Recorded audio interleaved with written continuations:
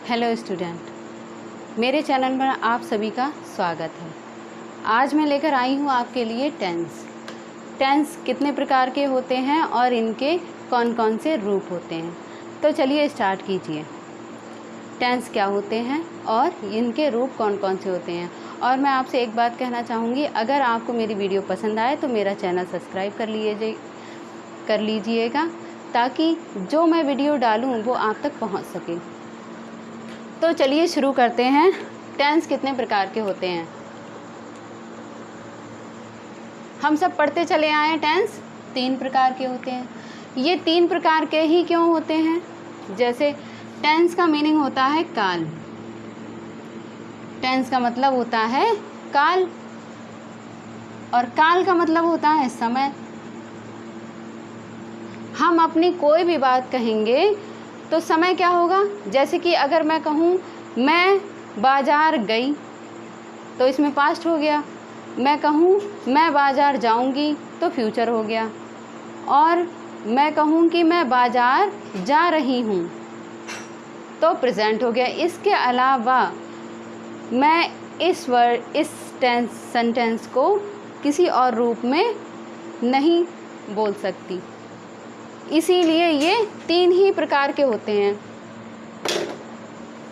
पहला है present tense, दूसरा पास्ट टेंस, तीसरा फ्यूचर टेंस। प्रेजेंट में क्या आता है? प्रेजेंट में वाक्य के जो अंत में है हाँ, है और हूँ आता है। पास्ट में जैसे कि वह एक खिलाड़ी है, तो ये काय का वाक्य है? ये है प्रेजेंट का। अब पास्ट में वाक्य के अंत में था, थी, थे, ए और आ ऐसे आ जाता है, मैं आया। इस टाइप से आ भी आ सकता है, लेकिन ये होगा पास्ट में ही। कहने का मतलब वो वाक्य, वो कार्य पहले पूरा हो चुका होगा, तभी वो पास्ट में आएगा। फ्यूचर, इसके इन वाक्यों के अंत में गा, गी, गे आदि शब्द आते हैं, वो फ्यूचर में चले जाते हैं। 3 ही प्रकार के टेंस होते हैं। समय को हमने नहीं, मतलब जिसने भी डिवाइड किया वो 3 ही प्रकार में किया गया। तो ये तो हो गया प्रेजेंट का, और ये पास्ट का। ही, इसका एग्जाम्पल मैंने लिखा है ही, वह एक खिलाड़ी है, तो ही इज़ अ प्लेयर। ये काय का है? ये है प्रेजेंट का। ही वॉज अ प्लेयर, ये पास्ट का। यहाँ बाज आया है तो क्या होगा? ये पास्ट, यानी कि वह एक खिलाड़ी था। बीती हुई बात हो गई, बीते हुए समय की बात हो गई। जब भी बीते हुए समय की बात होगी तो वो पास्ट में आएगी। और he will be a player, वह एक खिलाड़ी होगा। होगा कब होगा? भविष्य में होगा, यानी कि फ्यूचर में होगा। तो ये जो वाक्य है वो फ्यूचर में चला जाएगा। मेरे ख्याल से स्टूडेंट आपको समझ में आ गया होगा टेंस 3 प्रकार के होते हैं और कैसे कैसे होते हैं मैंने आपको बता ही दिया है।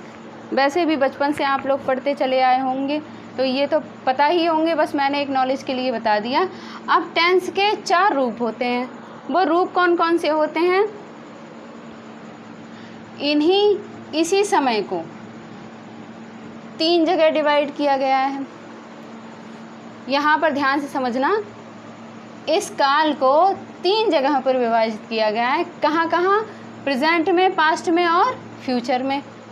फिर अगर हमने कोई भी वाक्य बोले, कोई भी जो वाक्य बोले जाते हैं, उनको केवल 4 रूपों में ही बनाया गया। वो कौन कौन से रूप थे? इंडेफिनिट, कंटिन्यूस और परफेक्ट और परफेक्ट कंटिन्यूस। यही 4 रूप हुए किसी भी वाक्य को बनाने के लिए। लेकिन अब इन्हीं 4 रूपों को इन तीनों कालों में बनाते हैं हम। जैसे हमने इंडेफिनिट बनाया, तो इंडेफिनिट को ही हम प्रेजेंट में बनाएंगे। फिर इसी को हम पास्ट में भी बनाएंगे, इसी को हम फ्यूचर में भी बनाएंगे। जैसे कि ये एक एग्जाम्पल ले लेते हैं, तुम टहलने जाते हो, तो ये इंडेफिनिट हो गया। अगर हम इसको पास्ट इंडेफिनिट में बनाएंगे, ये तो प्रेजेंट इंडेफिनिट में हो गया, तुम टहलने जाते हो। यहाँ से इसका मीनिंग आया निकल के, ये पहचान हुई कि ये प्रेजेंट का है। फिर हम पास्ट में इसी को बनाएंगे, तो हम कहेंगे तुम टहलने गए, तो लास्ट में क्या आएगा? ए आएगा, ए। ठीक, इसी तरीके से अगर हम इसी को फ्यूचर में बनाएंगे तो हम कैसे बनाएंगे? तुम टहलने जाओगे, लास्ट में क्या आया? गा या गी, गे, वो सब्जेक्ट के हिसाब से जो भी उचित रहेगा वो आ जाएगा। तो इसी को हमने तीनों रूपों में बना दिया। तो आइए अब देखते हैं, मेरे ख्याल से ये आपको समझ में आ गए होंगे। इनके 4 रूप होते हैं, indefinite, continuous, perfect, perfect continuous. अब हम पहले से शुरुआत करते हैं। तो सबसे पहला कौन सा है? इंडेफिनिट। यहाँ लिखा है मैंने प्रेजेंट इंडेफिनिट।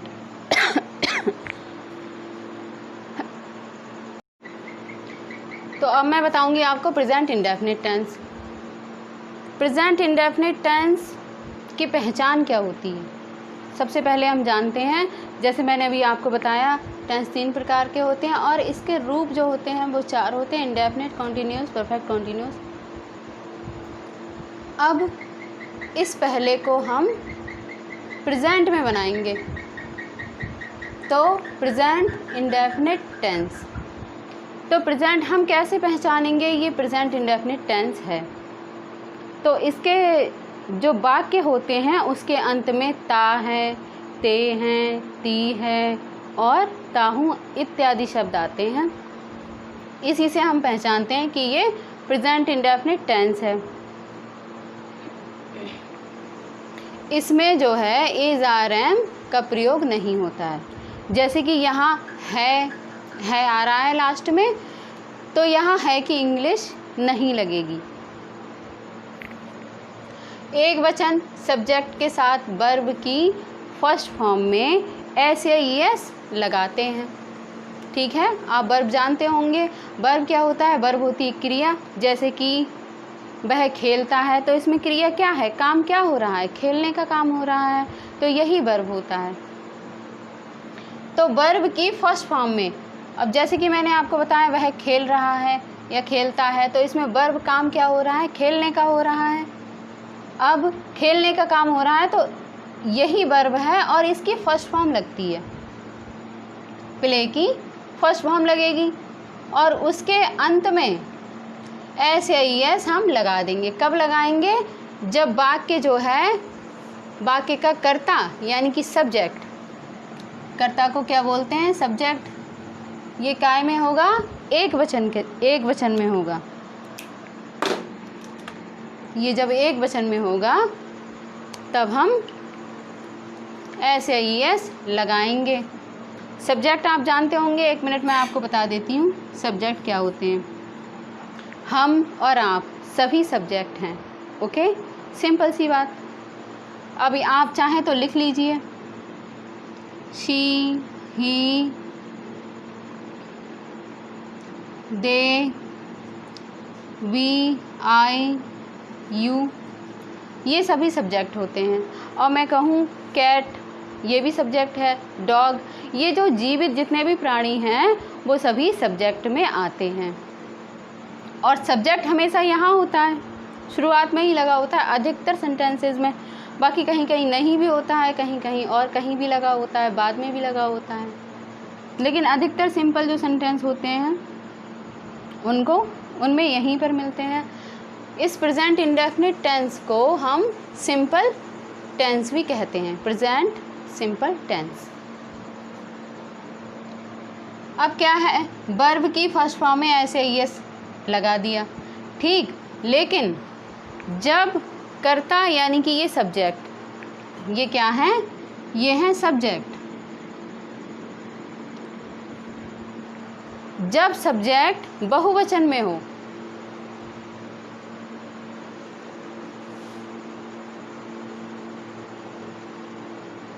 जब सब्जेक्ट बहुवचन में हो तो एस या ईएस नहीं लगाते हैं। मुझे लगता है वो नियम रह गया यहाँ पे।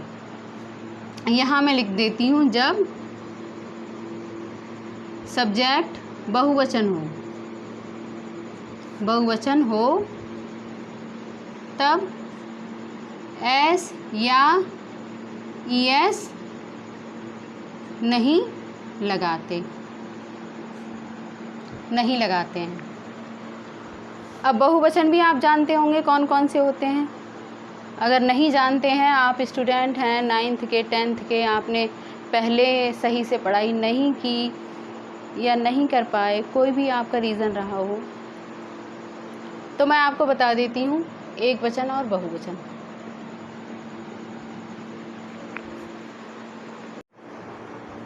ये मैंने एकवचन बहुवचन यहाँ लिख दिए हैं। ही, शी, इट, दिस, दैट, ये सभी एकवचन में आते हैं। बाकी यू, वी, दे, आई, ये आई जो है वो है मतलब लिखने में और बोलने में एकवचन है, लेकिन ये बहुवचन में आती है। ये रूल है, आप देख लीजिए बहुवचन और एकवचन कौन से होते हैं। बाकी अब मैं आपको एग्जाम्पल कराती हूँ प्रेजेंट इंडेफिनिट टेंस के। एग्जाम्पल में, तुम टहलने जाते हो, you go for a walk.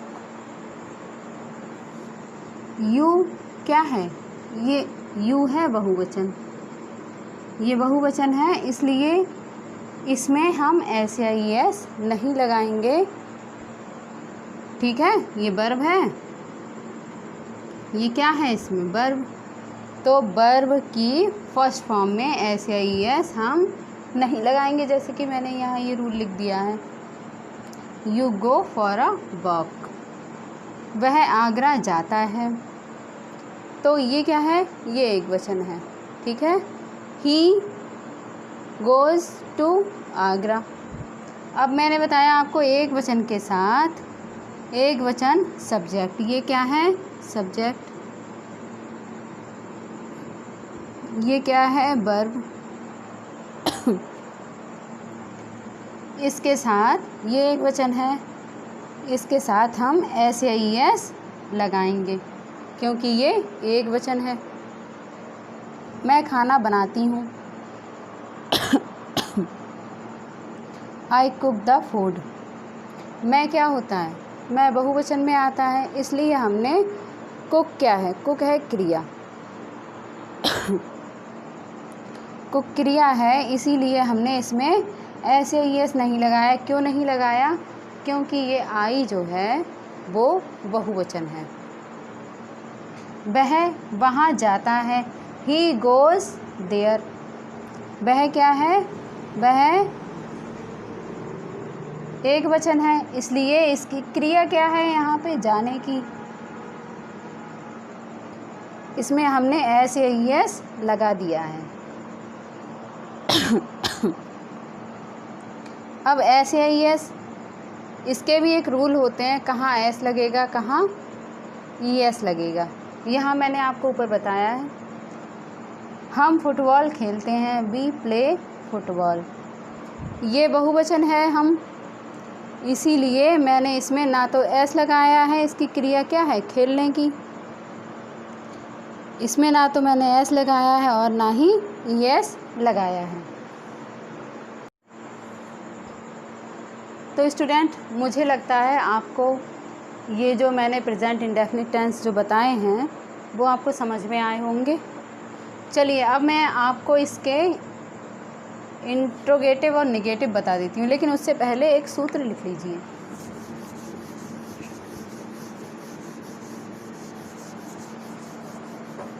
सूत्र क्या है, जैसे मैंने ये बनाया, मान लीजिए ये बनाया, वह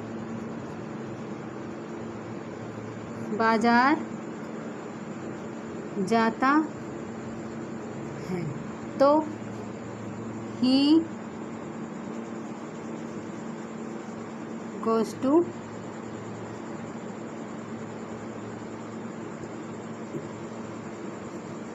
मार्केट। अब यहाँ हमने क्या क्या लगाया है, किसी भी वाक्य के कोई भी वाक्य कुछ शब्दों से मिलकर बना होता है। वो कौन कौन से शब्द होते हैं? सब्जेक्ट,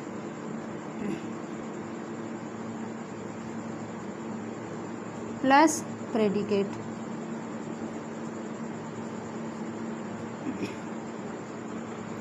अब ये सब्जेक्ट तो आपको मैंने बता दिया सब्जेक्ट कौन कौन से होते हैं। अब जान लीजिए ये प्रेडिकेट क्या होते हैं।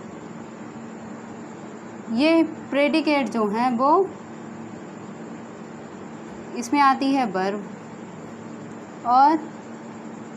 और क्या आता है? ऑब्जेक्ट,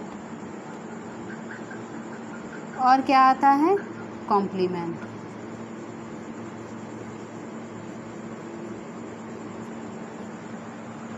ये प्रेडिकेट इन तीनों शब्दों से मिलकर बना होता है। अब हम जानते हैं इसमें वर्ब क्या है, सब्जेक्ट क्या है और प्रेडिकेट होता क्या है। जैसे कि ये मैंने वाक्य लिखा, सेंटेंस लिखा, ही गोज़ टू मार्केट, तो यहाँ ही ये क्या है? ये सब्जेक्ट हो गया।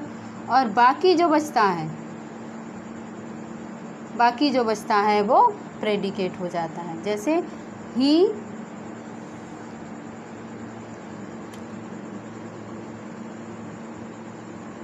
He goes to market. ठीक है, ये प्रेडिकेट में आया पूरा, ये पूरा प्रेडिकेट में आया। और इसी में वर्ब क्या होगी? वर्ब ये होगी। अब ऑब्जेक्ट क्या होगा? ऑब्जेक्ट ये होगा। लेकिन यहाँ कॉम्प्लीमेंट है ही नहीं। जब कॉम्प्लीमेंट है नहीं तो हम नहीं लिखेंगे। अधिकतर वाक्यों में ये तीनों चीज़ें होती हैं, सब्जेक्ट, वर्ब और ऑब्जेक्ट। कॉम्प्लीमेंट कहीं होता है, कहीं नहीं होता है।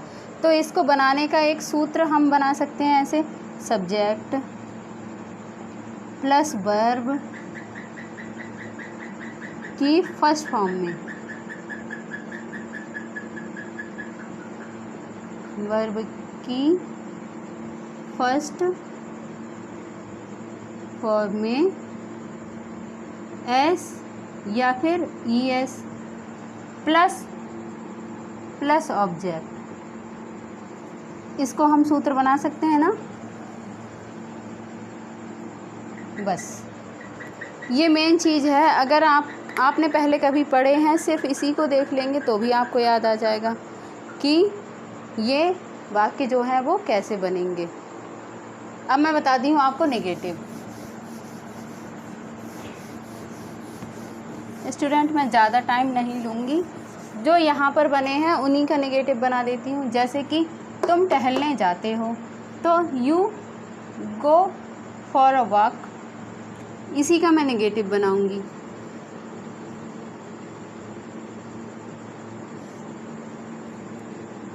यू क्या है? बहुवचन, तो बहुवचन के साथ हम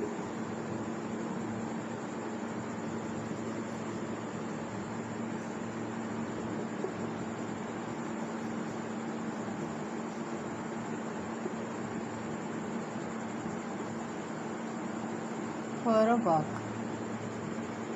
बहुवचन के साथ हम डू लगाएंगे, डू नॉट।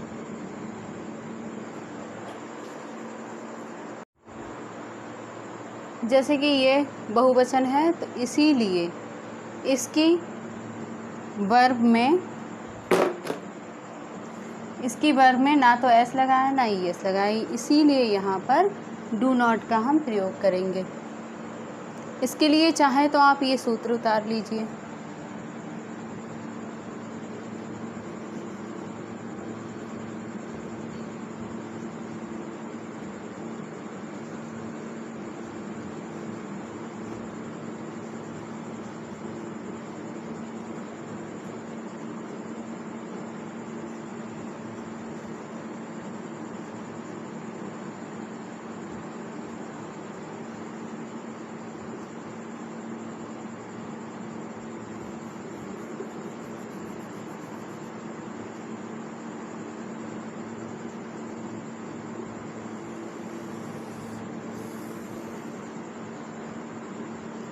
एक वचन के साथ।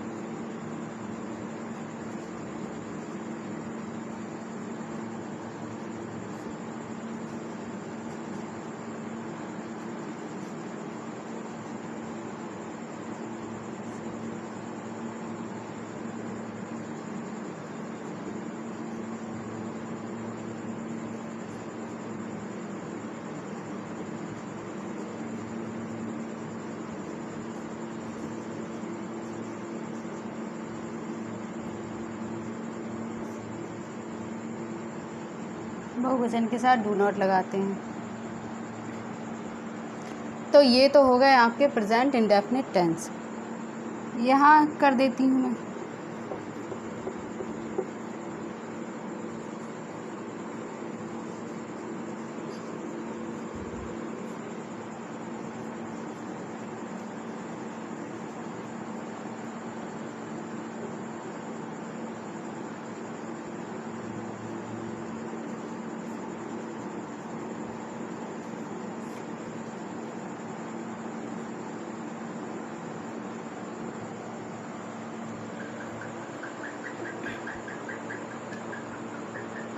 मैंने इसी को नेगेटिव बना दिया। अब आई थिंक अब आपके समझ में आ गया होगा नेगेटिव हम कैसे बनाएंगे। अब इसी का मैं इंट्रोगेटिव बनाती हूँ।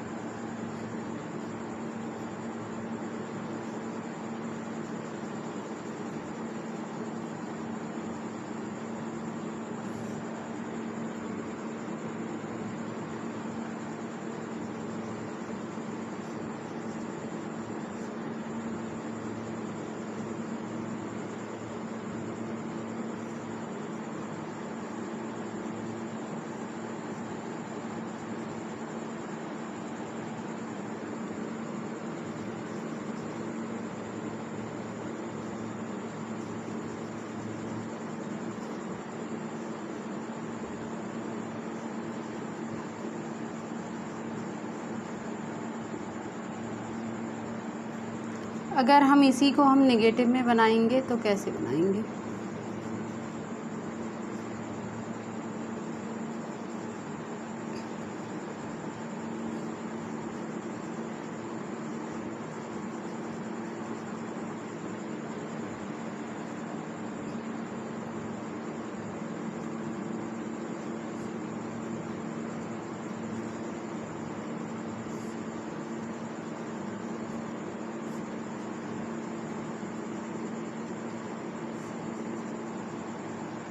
हम फुटबॉल क्यों खेलते हैं? जब, क्या, कब, क्यों, कैसे, ये शब्द जो बीच में आएंगे उनकी अंग्रेजी हम सबसे पहले लगाएंगे। क्योंकि क्या होती है? वन, डू,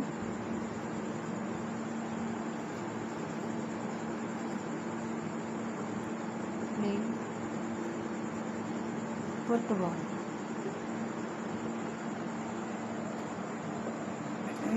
इसी का अगर नेगेटिव हमें बनाना पड़ जाए तो